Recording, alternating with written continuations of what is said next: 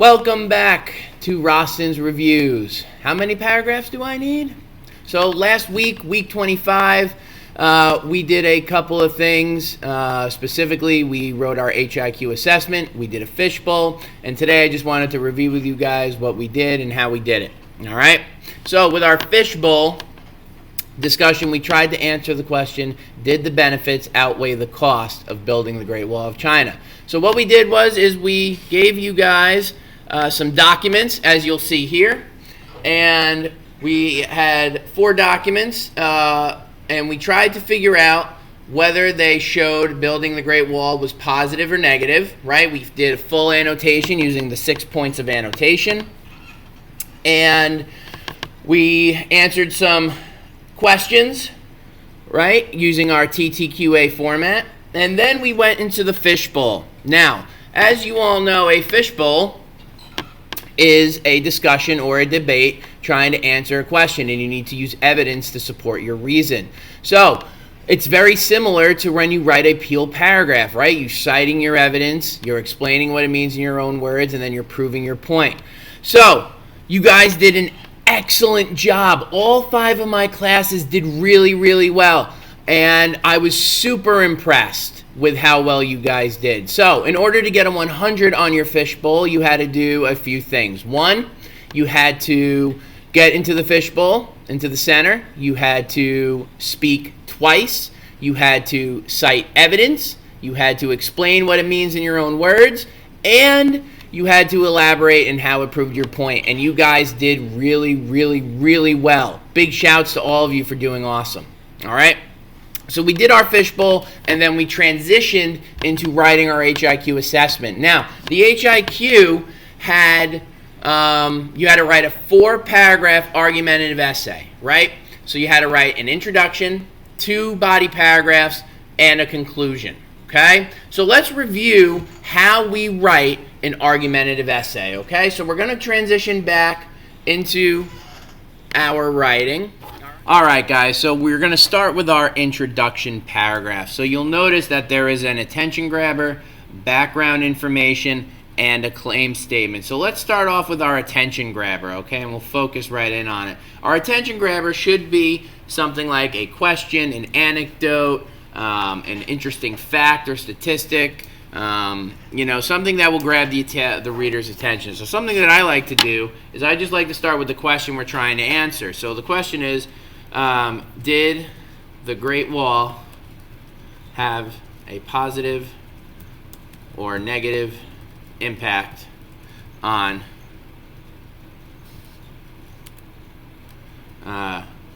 ancient China? Okay?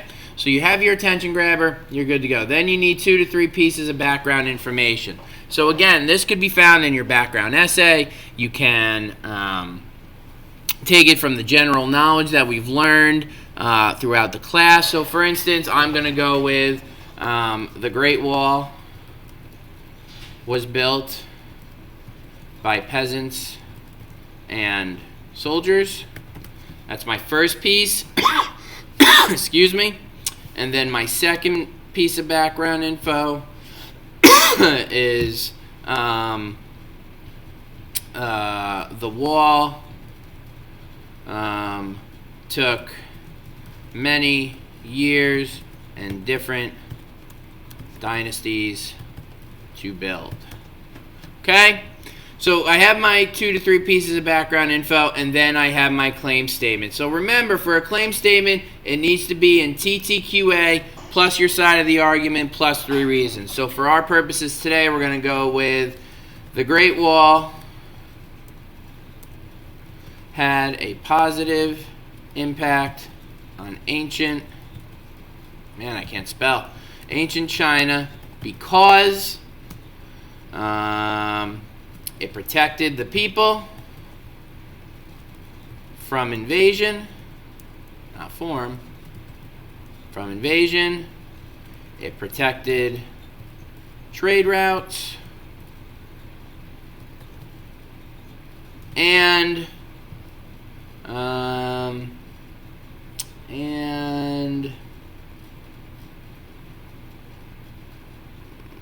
gave people a job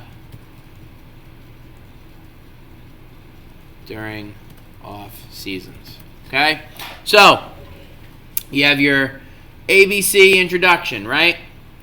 Okay? So you have your A, your attention grabber, B, your background info, and then C, your claim statement. All right? So next we're going to go to our Peel body paragraphs, right? And we use Peel because it helps us keep organized and it helps us to answer the question that we are looking to answer more fully. So we're going to start with our point sentence, and we know that point is just another word for reason. So we're going to take that first reason from the claim statement, which was it protected the people from invasion. So we're going to go with the Great Wall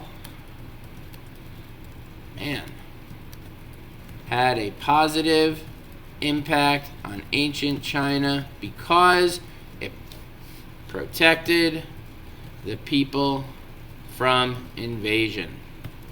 Okay? So I've done that. I have my reason. Now I'm going to cite a piece of evidence, right? So we're going to use our go-to sentence starter, which is according to, and then the title of the source. So let's just say for our purposes, we're going to say document A. It states, comma, quotation. So then we're going to cite the source exactly as it's written, and then we're going to explain and elaborate. So we need to explain what the evidence means in our own words. Then we need to elaborate and prove how it proves our point. So we'll start off with our sentence starter. This evidence means, or you could use shows, that, and you're going to explain what your evidence means in your own words. Okay? Make sure that the reader understands what the evidence is telling them. Then you're going to elaborate. So this proves that the Great Wall had a positive impact because, and explain why. Okay? Explain how it shows it. Then we go to our link sentence. And we go with our go-to sentence starter. As you can see,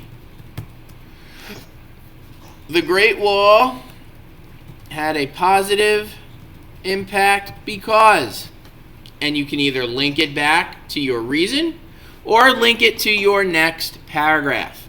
All right, so that's how we do our Peel paragraphs. Then, finally, excuse me, we're going to do our conclusion. Okay, so first it's restate your claim. Then you summarize your body paragraphs. And then you have a closing sentence, okay? So when you restate your claim, you are literally reminding the reader of your claim statement, why your side of the argument is correct with your 3 reasons. Then you're going to summarize your body paragraphs. Remember, a summary is just the gist with a little bit more detail, okay? So you're going to explain each paragraph, give it the main points. So the Great Wall had a positive impact because it protected trade on the Silk Road, just as an example. All right, and then last but not least, you're going to have your closing sentence. It says, leave the reader with an interesting final thought or something for them to think about. So this is what I like to call where you make the choice of what kind of historian you want to be. Do you want to be that historian who leaves it up to the reader to make a decision, or do you want to be the historian who's like, this is my side of the argument is correct. This is the way it should be. All right. So you use your closing sentence. Ask a question or make a statement. Something like, the evidence is clear. The Great Wall had a positive impact on the ancient Chinese because, and then give your final reason. All right. And that is how we write an argumentative essay. Okay? So, in order for you to have gotten a 100, you obviously needed to have all 4 paragraphs. Okay? For your intro, you needed an attention grabber, background information, and a claim statement with 3 reasons. You needed 2 Peel body paragraphs. So you had a reason, you had cited a piece of evidence, you explained that evidence in your own words, and then you elaborated and proved your point, and then you had your link sentence where you linked it either back to the claim or you linked it to your next paragraph. And then, last but not least, you had your conclusion, okay? So your conclusion is RSC, restate your claim, summarize your reasons, closing sentence. All right? Wow, that was a lot. Okay, so this week we are finishing our China unit, finally. Whew! Good Lord, we're finishing it. It's been a long one. All right, so this week we're doing the Silk Road. We're starting off our Silk Road journey with playing a simulation game. You're going to travel the Silk Road. You're going to make some trades. You're going to see how many coins you can come up with. And there will be a special prize per class for the winner who has the most coins. Wink, wink. All right. Then we're going to do what's called a Silk Road journal. Basically, I'm going to create the Silk Road inside of my classroom. You're going to visit different cities along the Silk Road. You're going to analyze some documents, and then you're going to create a journal entry as if you were a Silk Road traveler. All right, and it's a pretty cool lesson. It takes about 4 or 5 class periods. You're going to create your own traveler. You're going to create their families, their jobs, what their philosophies are in life. You're going to travel the Silk Road. You're going to create this journal entry, and your final drafts will be due on Friday, March 6th. That's final drafts completed. Okay? Then we move on to Greece. And Greece is awesome. Greece is one of my favorite units of all time, and I'm really excited to start off. We got something big planned for our introduction, Mrs. Classy, Mrs. Donovan, and I. So be prepared for that, because we go big fly. And that's it. That's what we did in social studies this past week. We got some important dates coming up. So remember, on March 13th is the end of trimester 2. So what I would recommend is this week, make sure you check Power School. Make sure you look at your missing assignments. Go talk to your teachers. Go see what you can make up. Make sure you get that stuff in. All right? And then coming up in April, we have a field trip on April 2nd. We are going on a field trip. Make sure you get in those permission slips, all right? So that's what we did in social studies this week. This has been another Rosten's Review for week 25. I hope you all are having a great week so far. As I always say, bring 110% because we're coming within social studies, all right? Have a great day. I hope you all had a good trip getting home today. I know it's a little cold out there and a little rainy, but hey, listen, we got to do what we got to do. All right? Have a great day. Take care of one another. Peace be with you and with you. Rosten out.